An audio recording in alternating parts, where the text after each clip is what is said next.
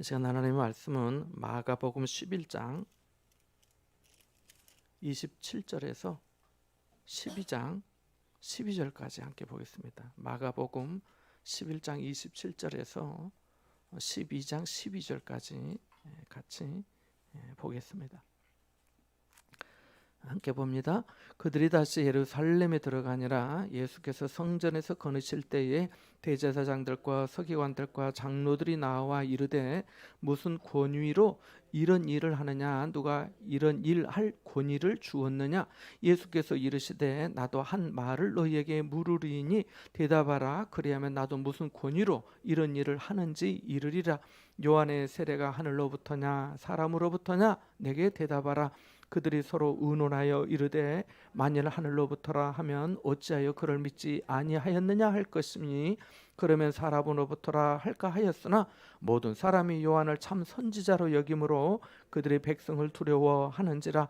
이에 예수께 대답하여 이르되 우리가 알지 못하노라 하니, 예수께서 이르시되 나도 무슨 권위로 이런 일을 하는지 너희에게 이르지 아니하리라 하시니라.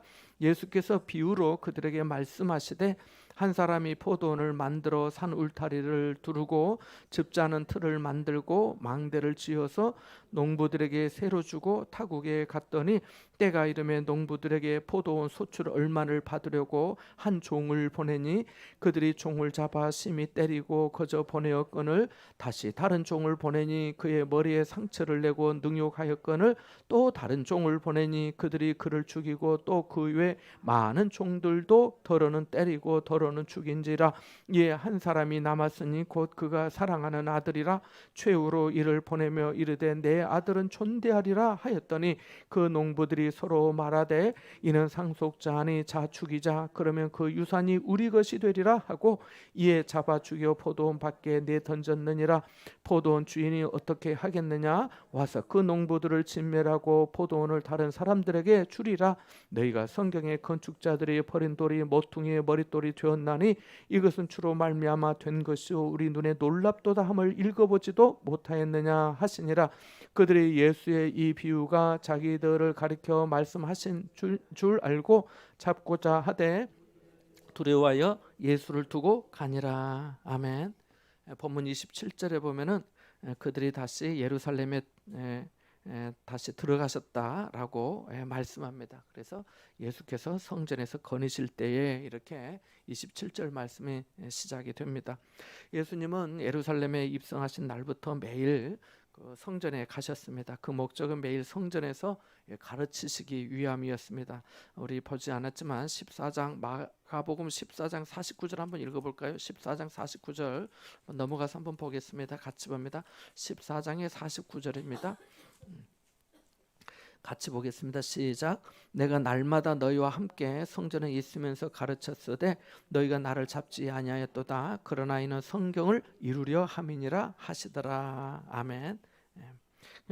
어제 그제 그렇게 대제사장들과 또 서기관들의 입장에서 봤을 때 그렇게 성전을 완전히 그냥 뭐 환전상들의 상을 뒤엎고 뭐 소와 양과 비둘기 파는 자들을 막 다 쫓아내시면서 내 아버지 내 집은 만민의 기도하는 집이라 했는데 너희가 강도의 소굴로 만들었다면서 완전히 그냥 다 뒤집고 막 큰 소동이 나고 아이고 이게 뭐야 하면서 도망간 사람들이 얼마나 많았겠습니까? 그래서 대제사장들과 서기관들의 입장에서 봤을 때 성전을 그렇게 완전히 뒤집고 또 매일 나타나셨으니까 얼마나 싫었겠습니까? 예수님 좋았겠습니까? 생각이 안 됐습니까? 미웠겠지요. 얼마나 미웠겠습니까?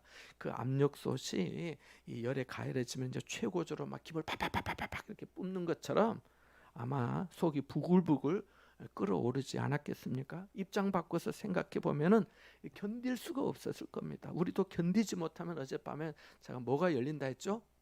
아이고 잘 꼭 말씀은 기억 못해도 뚜껑 열리는 건 잘 기억하셔. 제가 설교하면서 설교 말씀은 다 생각이 안 나는데 예언만 생각이 나요. 예언만. 목사님 어제 저녁에 하나님을 믿어 그 말씀으로 국사 문제 25문제 중에 23문제 25점 맞았다. 요것만 생각이 나고 그래서 뚜껑이 열리는 견딜 수가 없는 거예요. 뚜껑이 열리고 뚜껑이 열리면서 이제 독 묻은 화살을 입으로 이제 막 내지르는 거죠. 그러면서 이제 폭발하는 거죠. 성전 정화 사건은 예수님이 대적자들의 이 마지노선을 건드신 거나 다름없습니다.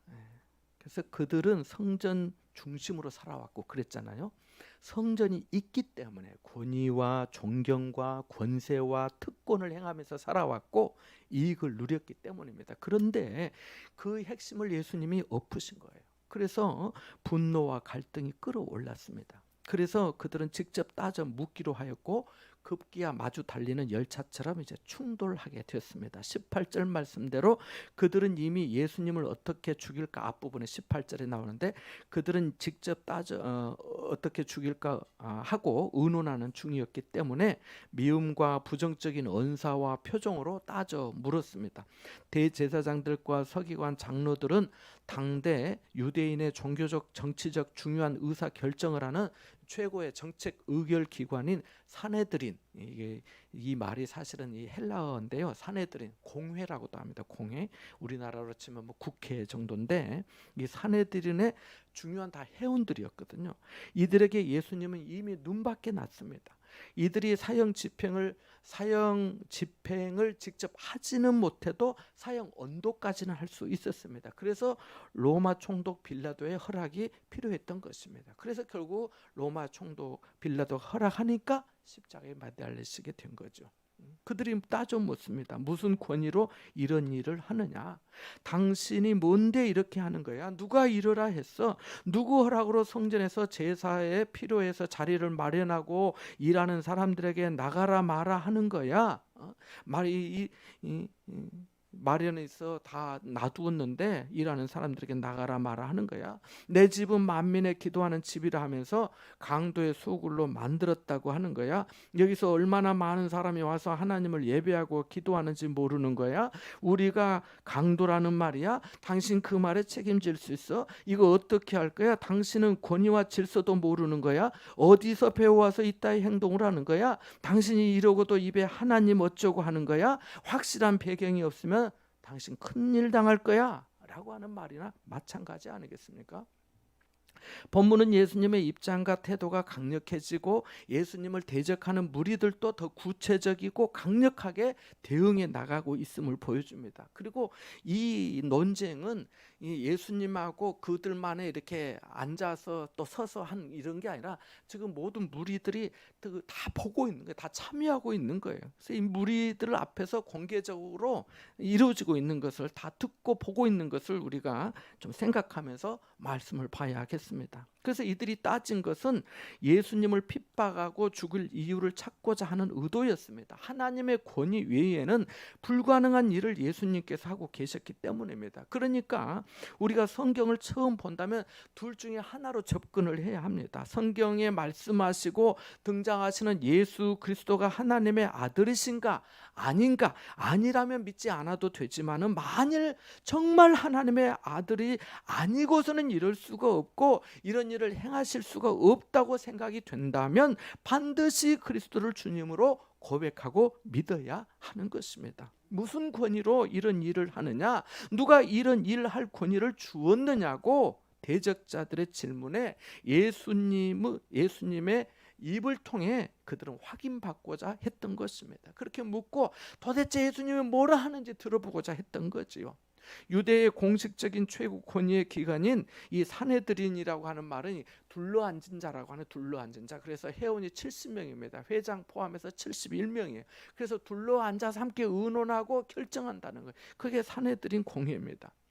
여기에서 예수님에게 그것을 행할 만한 어떤 직책이나 권위도 부여한 바가 없기 때문에 그들은 예수님에게 직접 하나님의 권위로 한다는 말이 나오기를 기다렸던 것입니다. 그것은 신성모독죄가 성립되기 때문이었습니다. 신성모독죄는 죽음의 형벌에 해당하는 것이었고 이렇게만 된다면 예수님을 제거할 충분한 구실로 삼을 수 있었기 때문입니다.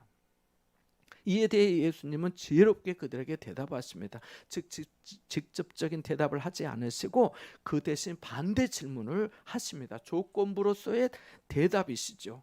나도 한 말을 너희에게 물으리니 대답하라. 그러면 나도 무슨 권위로 이런 일을 하는지 이르리라. 요한의 세례가 하늘로부터냐 사람으로부터냐 내게 대답하라 라고 말씀하셨거든요. 요한의 세례가 하늘로부터냐 라고 하는 말은 요한의 세례가 하나님으로부터 허락을 받고 한 것이냐 라고 하는 그런 말씀입니다. 하나님의 사람으로서 한 일이냐 아니면 요한이 그저 인간적인 자기 뜻에 한 것이냐고 너희들은 어떻게 생각하는지 대답해 보라고 물으신 것입니다. 예수님을 올무에 얽매려던 적대자들은, 이 대적자들은 오히려 예수님의 반대 질문에 난처하게 되었습니다. 세례 요한의 권위를 인정한다면 그의 뒤를 잇고 있는 예수님에 대해 무슨 권위로 이런 일을 하느냐, 누가 이런 일 할 권위를 너한테 주었느냐고 하는 그 질문은 그 의미를 상실하고 오히려 자기들을 향한 역공격의 구실을 주기 때문입니다. 31절 말씀이 이 점을 밝혀주고 있습니다. 그들이 서로 의논하여 이르되 만일 하늘로부터라 하면 어찌하여 그를 믿지 아니하였느냐 할 것이니 라고 말씀하고 있기 때문입니다. 그러니까 그들이 요한의 세례가 하늘로부터라고 하면은 그런 줄 알면서 왜 믿지 않느냐, 회개하지 않느냐는 비판이 나올 것이기 때문입니다. 예수님에 대해서도 마찬가지죠. 요한의 세례가 하늘로부터라고 한다면 세례 요한에게 세례를 받으시고 진실하고 담대하고 복음을 전하시고 많은 사람을 불쌍히 여기시면서 돕고 살리고 구원하고 계시는 예수님을 왜 믿지 않느냐는 말을 듣게 돼 있기 때문입니다. 반대로 만일 요한의 세례가 사람으로부터라고 한다면 세례 요한을 진정한 선지자로 여겼던 백성들, 민중들, 그 무리들의 눈에 거슬리게 되기 때문입니다. 32절이 그 뜻 아닙니까? 그러면 사람으로부터라 할까 하였으나 모든 사람이 요한을 참 선지자로 여김으로 그들이 백성을 두려워하는지라고 말씀합니다.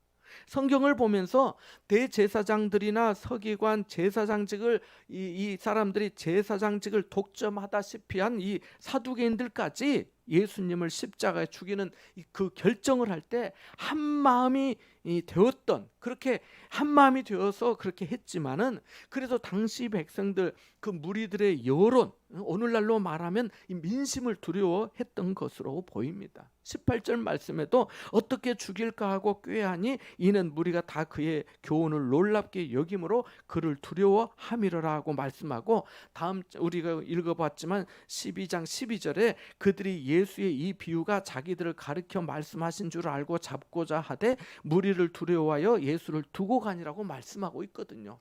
또 14장 1절과 2절 말씀에도 보면 넘어가서 예수를 흉계로 죽일 방도를 구하며 이르되 밀란이 날까 하노니 명절에는 하지 말자 하더라라고 말씀하고 있거든요. 그러니까 이 사람들이 적어도 예수님을 믿고 싫고 막 죽이고 싶고 어떻게 구실을 잡아서 할까 하지만은 이 백성들의 그 무리들이 예수님을 따르고 세례 요한을 따르고 인정하고 했으니까 그거에 대해서 그래도 신경을 쓰는 그런 사람이었던 것으로 보입니다. 이러한 이유 때문에 그들은 양자택일에 대한 예수님의 질문에 대해 대답을 정리해서 하는데 뭐라고 합니까? 우리는 알지 못하노라 라고 대답합니다. 그렇게 대답할 수밖에 없었던 것입니다. 이에 예수님도 대답하십니다. 나도 무슨 권위로 이런 일을 하는지 너에게 이르지 아니하리라고 말입니다. 그들은 요한의 세례에 대해 알지 못한다고 하였지만 그들은 우리는 알지 못하노라 이렇게 대답합니다. 근데 예수님은 뭐라고 대답하시냐면은 나도 모른다라고가 아니라 말하지 않겠다라고 말씀하십니다. 말하지 않겠다라고 말씀하십니다. 이게 말씀하시잖아요. 33절 너희에게 이르지 아니하리라. 내가 말하지 않겠다라고 말씀. 그러니까 몰라서 말씀 안 하시는 것이 아니라 알고 있지만 말씀하지 않으시는 거예요. 무지의 표현이 아니라 강한 자기 의지의 표현을 하고 계신 거예요. 자, 여기서 다시 생각해 볼까요? 예수님은 현재 매일 성전에 와서 말씀을 가르치시고 성전을 강도의 소굴로 만든 자들을 내쫓아내셨습니다. 내 집은 만민의 기도하는 집이라고 하시면서 강도의 소굴을 기도하는 집으로 바꾸시고 그 집, 성전에서 하나님의 말씀을 그 집, 하나님 아버지의 집에서, 내 집에서 하나님의 말씀을 선포하고 가르치고 계신 겁니다. 이러한 예수님의 행동은 이사야 선지자가 이사야 2장 3절에 말씀한 예언의 말씀 그대로입니다. 이사야 2장 3절 말씀에 보면 많은 백성이 가며 이르기를 오라 우리가 여호와의 산에 오르며 야곱의 하나님의 전에 이르자 그가 그의 길을 우리에게 가르치실 것이라 우리가 그 길로 행하리라 하리니 이는 율법이 시온에서부터 나올 것이요 여호와의 말씀이 예루살렘에서부터 나올 것임이니라 라고 말씀하고 있거든요. 하나님이 하나님의 집에서 말씀하시고 기도를 받으시는 게 무슨 문제입니까? 하나님의 전에서 하나님의 나라와 믿음의 길, 구원의 길, 말씀의 참뜻을 가르쳐 주시는데 뭐가 잘못된 것입니까? 잘못된 거 아닙니다. 말씀이 잘못된 것이 아니라 귀가 잘못되고 마음이 뒤틀려져서 그런 겁니다. 대제사장들과 서기관들이 그랬습니다. 그들은 어린 아이들도 알고 찬송했던 주님을 알아보지 못하고 그 권위를 문제 삼았습니다. 예수님이 탄생하셨을 때와 비슷합니다. 유대인의 왕으로 나신 이가 어디 계시냐면서 동방에서 박사들이 찾아왔을 때 헤롯 왕이 모든 대제사장과 서기관들에게 물어봤잖아요. 그래서 그들이 뭐라고 대답했습니까? 성경에 기록되기를 유대 베들레헴이라고 합니다 라고 대답했습니다. 알고 있었어요. 성경에 이미 예언된 말씀을 알고 있었습니다. 의지만 있었다면 그들도 가서 충분히 헤롯 왕은 접어두더라도 탄생하신 아기 예수님께 경배할 수 있었습니다. 그럼에도 불구하고 하지 않았습니다. 인정하고 싶지 않았고 경배하고 싶지 않았던 것입니다. 지금도 마찬가지 아닙니까? 예수님의 말씀과 능력과 권세 있는 교훈에 무리가 그렇게 따르고 종려나무 가지를 흔들면서 호산나 호산나 했지만 맞득 것입니다. 마땅치 않았던 거예요. 성전에서 가르칠 그 권위, 성전의 주인이시며 율법을 주신 분이 아니라면 누구에게 그 권위가 있겠습니까? 그런데 정치적으로 상업적으로 성전을 이용하며 성전 주인 행세를 하던 이들이 참 주인이 오시니까 당황하고 불쾌하고 견딜 수 없었던 것입니다. 그래서 단결하여 대적하여 맞섰던 것입니다. 이에 대한 실제적인 비유가 이어지는 포도원의 주인과 농부들의 비유입니다. 주인이 포도원을 만들어 농부들에게 세를 주고 타국에 갔습니다. 때가 이르니까 포도원 소출 얼마를 받으려고 한 종을 보냈는데 종들이 종을 잡아 심히 때리고 빈손으로 보냈습니다. 우리 2절과 3절 말씀 읽어보겠습니다. 같이 봅니다. 시작. 때가 이름에 12장 2절입니다. 때가 이름에 농부들에게 포도원 소출 얼마를 받으려고 한 종을 보내니 그들이 종을 잡아 심히 때리고 거저 보내었거늘.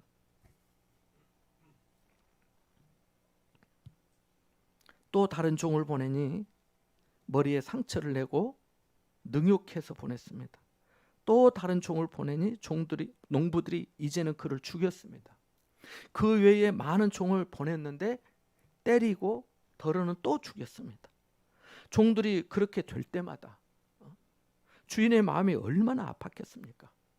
얼마나 화가 났겠습니까? 그동안 주인이 얼마나 참은 것입니까? 주인이 마지막으로 누구를 보냅니까? 누구를 보내죠?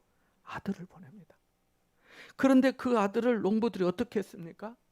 이 상속자만 죽이면 포도원이 우리 것이 될 수 있다고 생각하고 아들마저 죽여서 포도원 밖에 내던졌습니다. 장례도 치러주지 않은 거예요.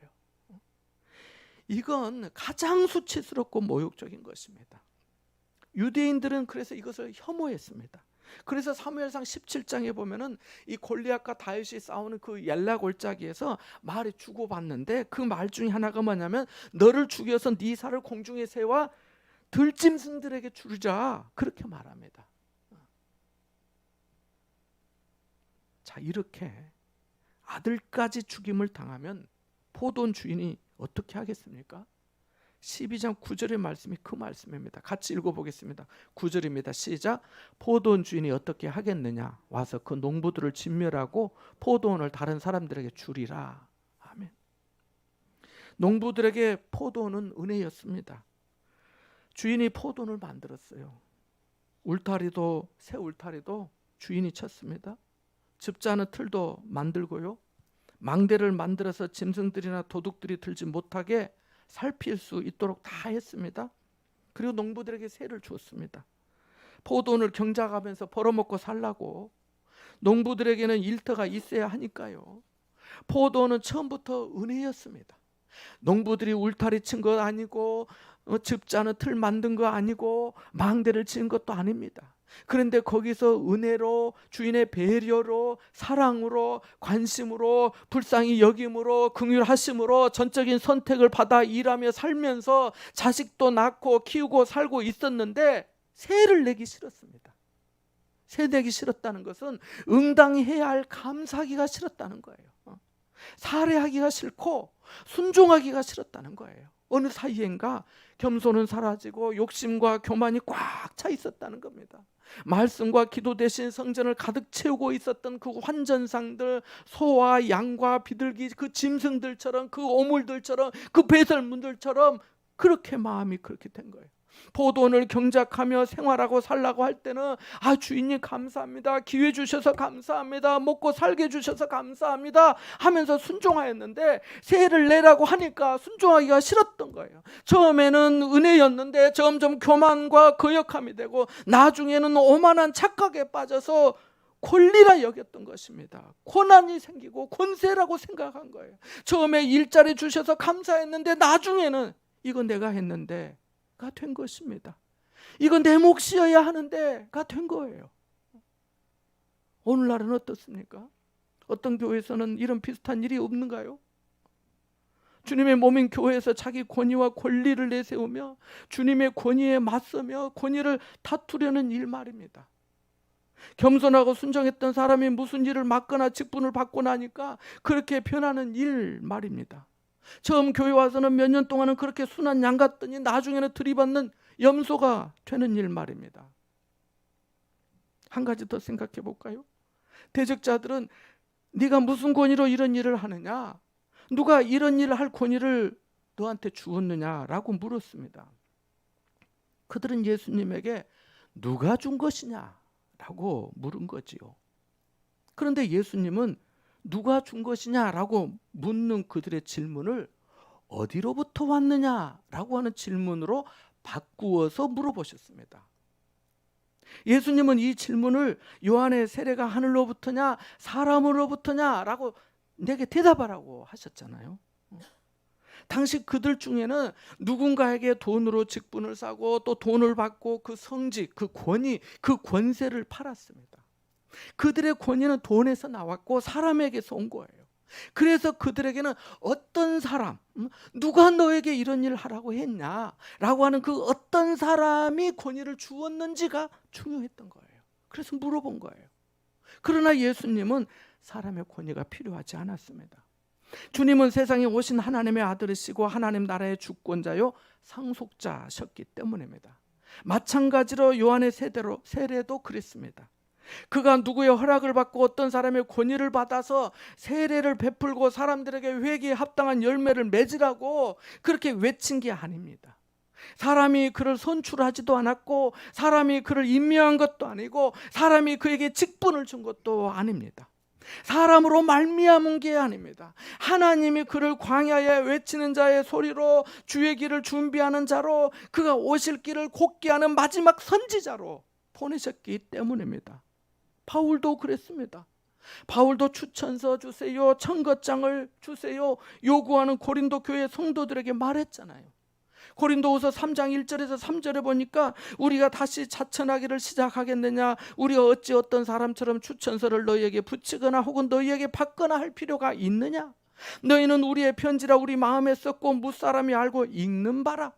너희는 우리로 말미암아 나타난 그리스도의 편지니 이는 먹으로 쓴 것이 아니요 오직 살아계신 하나님의 영으로 쓴 것이며 또 돌판에 쓴 것이 아니요 오직 육의 마음판에 쓴 것이라고 말씀합니다. 1983년 그렇게 오래되지 않았어요. 발표된 소설가 윤은글 씨의 완장이라는 소설이 있습니다. 텔레비전에서 방송 드라마로도 좀 나온 적도 있는데요. 여기서 이 최 사장이 전북 이리시의 시골 마을에 있는 저수지를 양어장으로 활용할 수 있는 권리를 이 정부로부터 사들입니다. 그 전에는 이 저수지에서 아무나, 제 고향에도 저수지, 제 고향 마을에 저수지가 있는데 아무나 낚시를 해서 고기를 잡을 수 있었지만 이제는 최 사장이 그 권리를 이제 행사하게 되었던 것입니다. 그러니까 이 저수지에 고기를 뭐 키우고 또 고기를 건져서 잡아서 내다 팔 수 있는, 그러니까 큰 양어장 하나 얻게 된 거죠. 그래서 더 이상 이제 불법으로 물고기를 잡아가지 못하도록 월급 5만 원에, 얼마요? 월급 5만 원. 돈이 이게 머리에 잘 돌는 것 같아 항상. 월급 5만 원에 이제 감시원을 두게 되었습니다. 아무나 고기 잡아가면 자기 수입이 줄어들 거 아니에요, 그죠? 그러니까. 그런데 이 월급 5만 원 받고는 아무도 하겠다는 사람이 없는 거예요. 이 저수지 감시원을 하나 둬야 되는데, 이 소설 속의 주인공 임종수리도 그 제안에 대해 처음에는 나를 뭘로 보냐면서 야단 법석을 떱니다.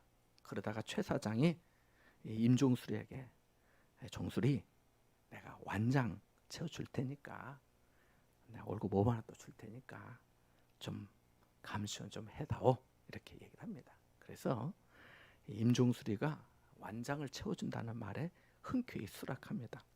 월급 5만 원에 저수지를 감시하는 완장이라는 말에 혹해서 그 일에 달려든 것입니다.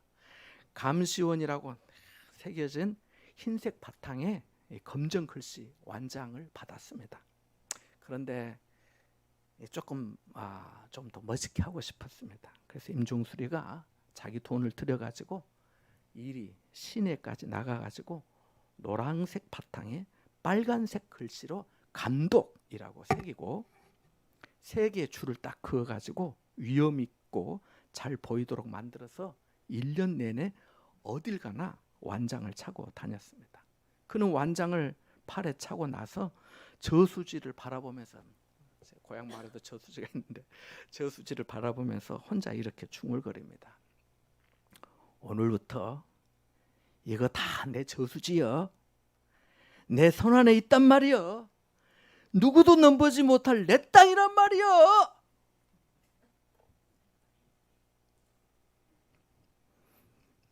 그리고 그는 완장을 차고 중얼거렸던 말을 그대로 실행해 갑니다. 저수지가 정말 자기 것이라도 되느냐 콧대 높은 행세를 합니다.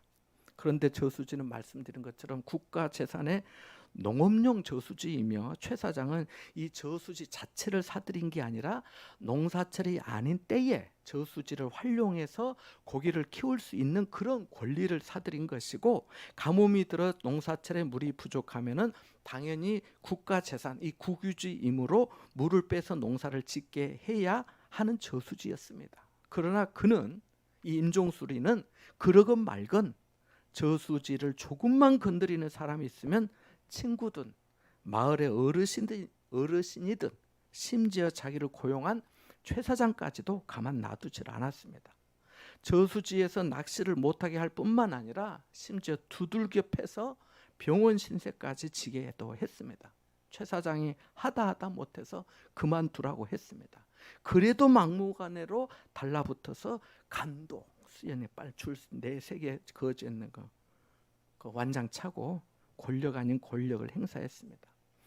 저수지 감시원이 되기 전에 실업자로 밥만 축내고 살던 이 임종수리가 완장 하나 찼다고 완전히 딴 사람이 된 것입니다.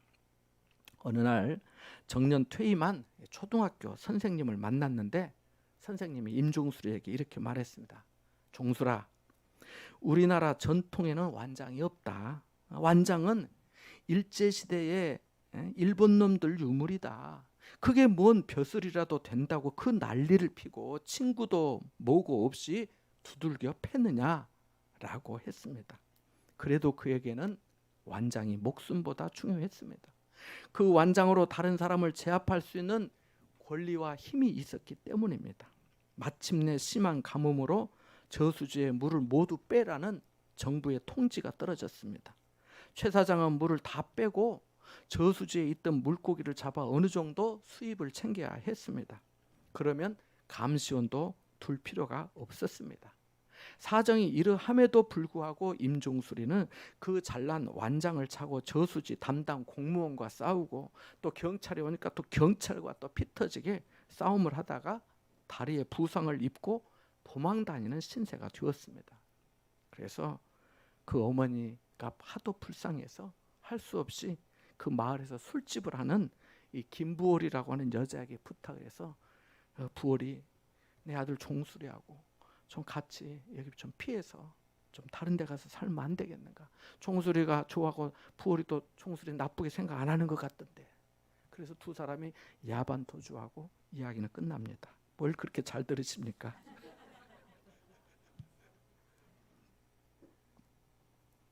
재미있는 이야기 아닙니까? 우리도 혹시 은혜로 받은 어떤 지위나 또 직분이나 또 사회에서 어떤 위치나 이런 것을 또 은혜와 은사를 완장처럼 두르고 휘두르는 것은 아닌지 돌아볼 줄 알아야겠습니다. 섬기는 자가 되어야지 군림하는 자가 되면은 쓸모없는 존재가 되지 않겠습니까? 위세 부리고 군림하면 사랑받고 존경받을 수 있겠습니까? 본문의 대제사장들, 서기관들 그리고 장로들은 참 선지자였던 세례 요한의 회개 요청에도 응답하지 않았고 현재도 성전의 참 주인이신 주님을 거절하고 있습니다. 그들에게 완장이 이제는 완장이 아니라 문신이 된 것처럼 보입니다. 도대체 벗겨지지 않고 지워지지도 않는 거예요.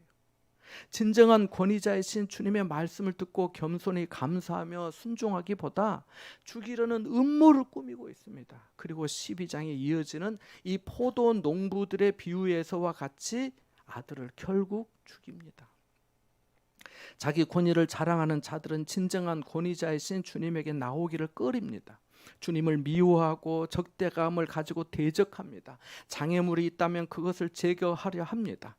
포도원의 농부들 비유 이야기는 예수님이 대적자들의 마음을 완전히 읽고 하신 말씀입니다.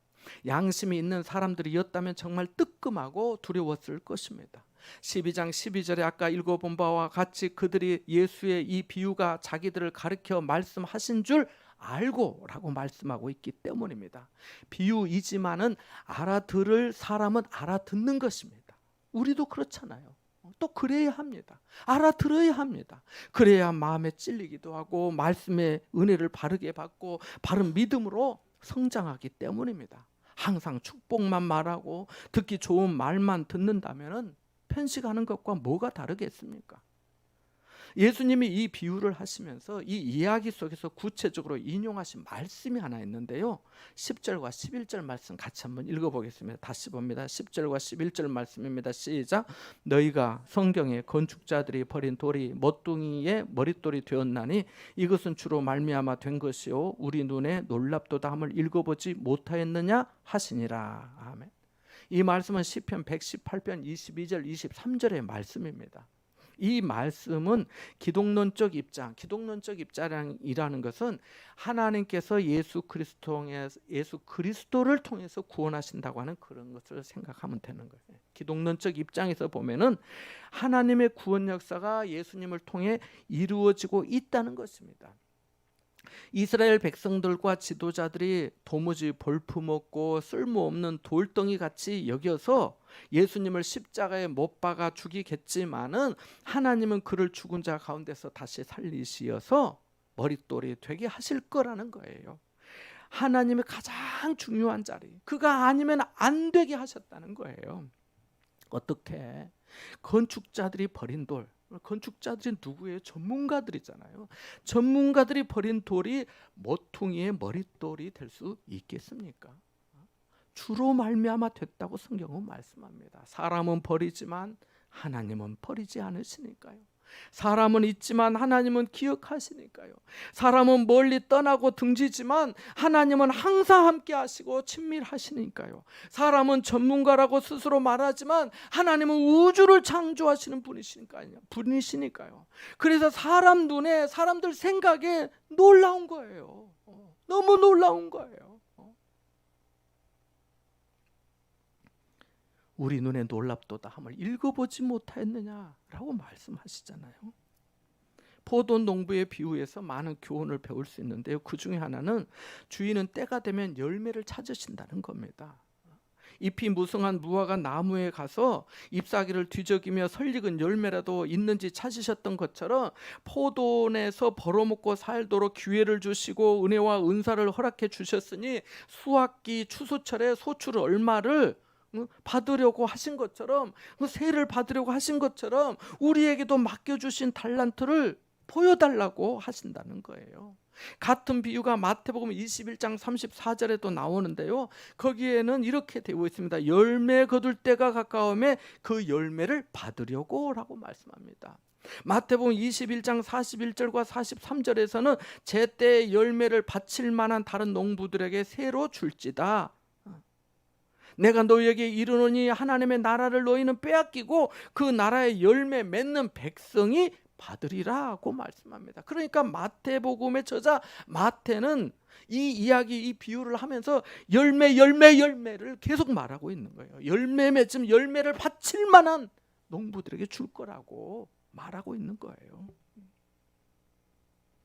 또 한 가지는 농부들의 소행이 점점 폭력적이고 과격해졌다는 거예요. 그리고 혼자 한 게 아니에요. 농부들이 한 거예요. 모아가지고 그룹을 이루고 당을 지어서 말입니다. 처음에는 종을 심히 때리고 거저 보냈다고 12장 3절에 말씀합니다. 처음에는 그 정도였어요. 그것도 나쁘지만 두 번째는 종이 머리에 상처를 내고 능욕했다고 4절에 말씀합니다. 나중에는 보내는 종들마다 죽이고 때리고 죽였다고 합니다. 주인에게 더 이상 보낼 종도 없었습니다. 6절에 보면은 이제 누가 남았다고 합니까? 한 사람이 남았으니 곧 그가 사랑하는 아들이라. 눈물 나지 않습니까? 종들을 보냈는데 심히 때리고 거저 보내고 머리 상처내고 능욕하고 모욕하고 보내는 종들마다 죽이고 때리고 많은 종을 보내. 이제 더 이상 보낼 종이 없었어. 이제 한 사람 남았으니 곧 그가 사랑하는 아들이라. 최후로 이를 보내며 이르되 내 아들은 존대하리라. 그렇게 생각했어요. 사랑하는 독자였어요. 내 아들만큼은 존대해 줄 알았어요. 주인의 기대가 이루어졌나요? 주인의 소망이 성취되었나요? 아닙니다. 종을 무시하고 멸시하고 때리며 박해하고 궁박하게 하는 자는 주인의 아들이라 해도 존대하지 않아요. 존중히 여기지 않아요. 오히려 그래서 당신이 뭔데? 주인의 아들? 웃기고 있네. 이제 너만 없으면 다 우리 거야. 내 거야. 이 저수지는 내 거란 말이요 하는 거하고 똑같아요.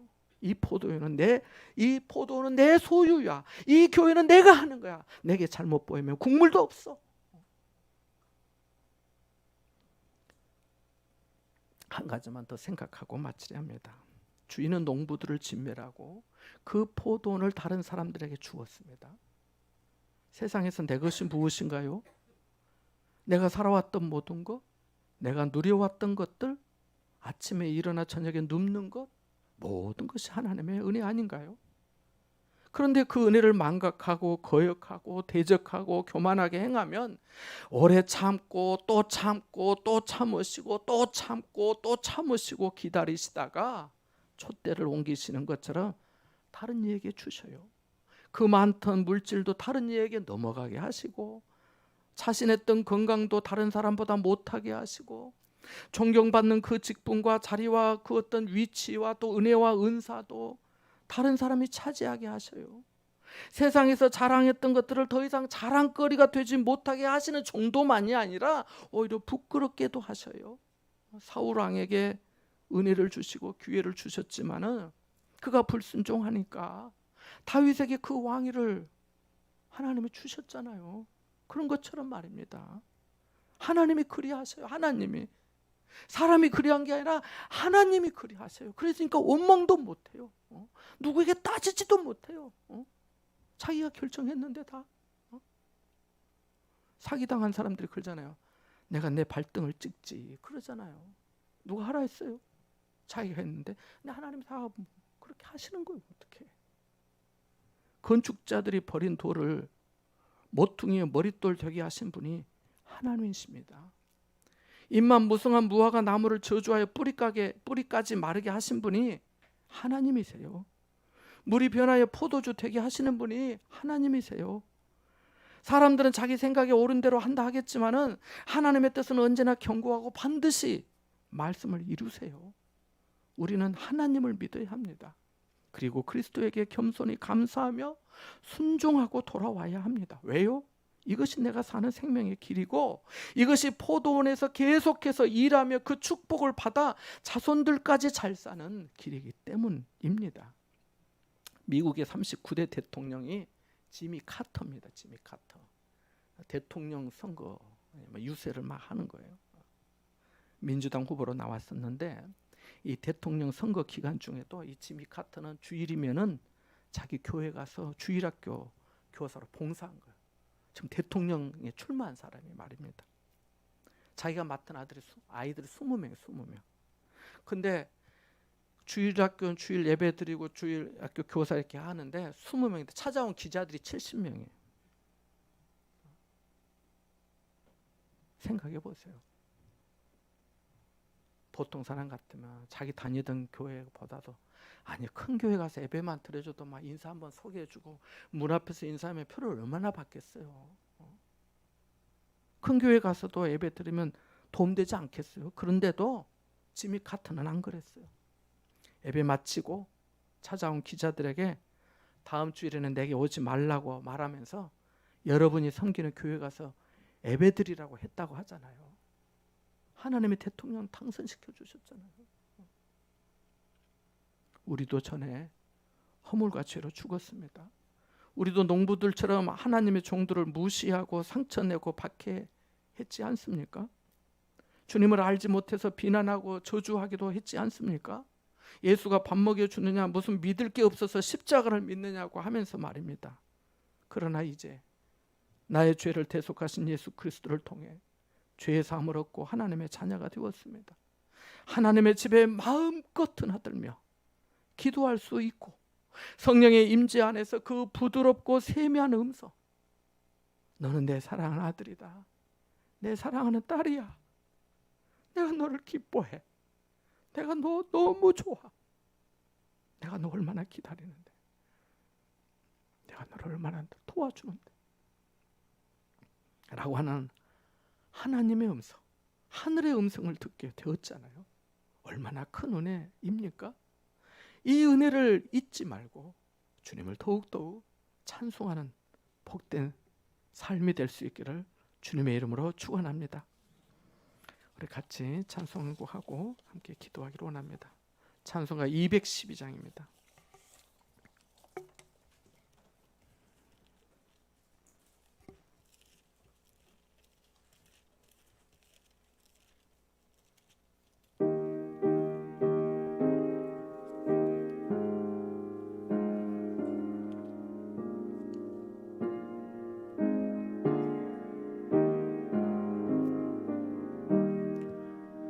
겸손히 주를 섬길 때 괴로운 일이 많으나 구주여 내게 임주사 잘 감당하게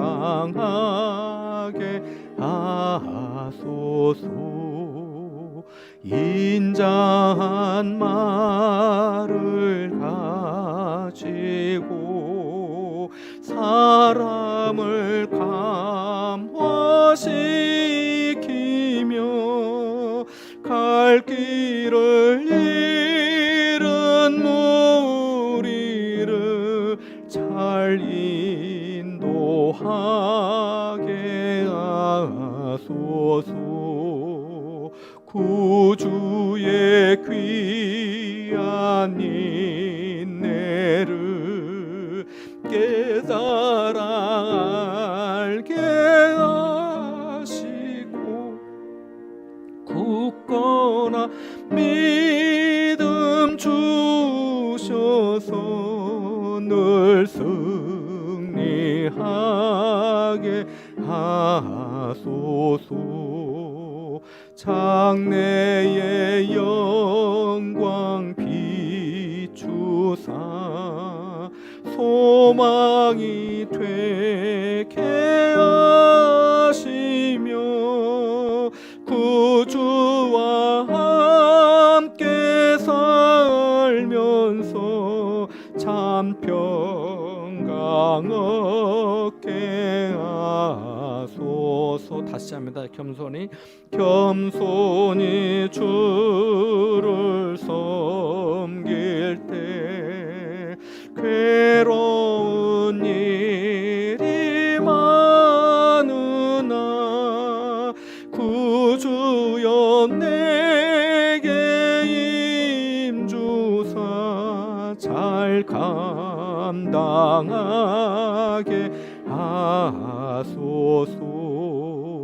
인자한 말을 가지고 사람을 감화시키며 갈 길을 잃은 무리를 잘 인도하게 하소서.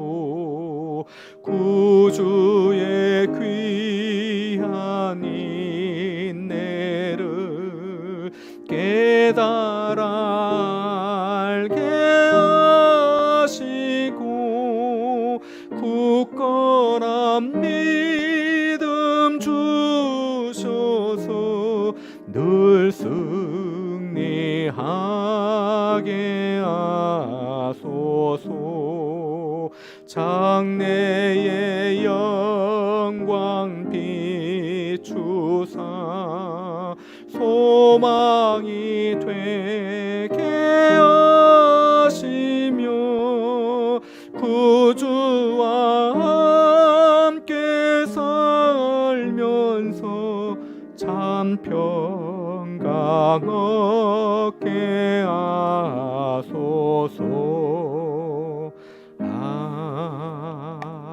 아멘. 자, 잠깐 기도하고 우리 같이 좀 함께 또 기도 제목 나누고 함께 기도하겠습니다. 하나님 아버지, 우리에게 겸손함을 더해 주옵소서. 자동화된 기계처럼 하나님의 은혜를 언제나 자동으로 기억하며 선하고 복된 것을 헤아려 분별하게 하옵소서. 우리에게 허락해 주시고 또 일시적으로 맡겨주신 일이나 직분이나 지위나 역할을 감사하면서 감당하게 하옵소서. 그래야 하나님께 영광 돌리는 복된 인생 다 되게 하여 주옵소서. 예수님의 이름으로 기도합나이다. 아멘.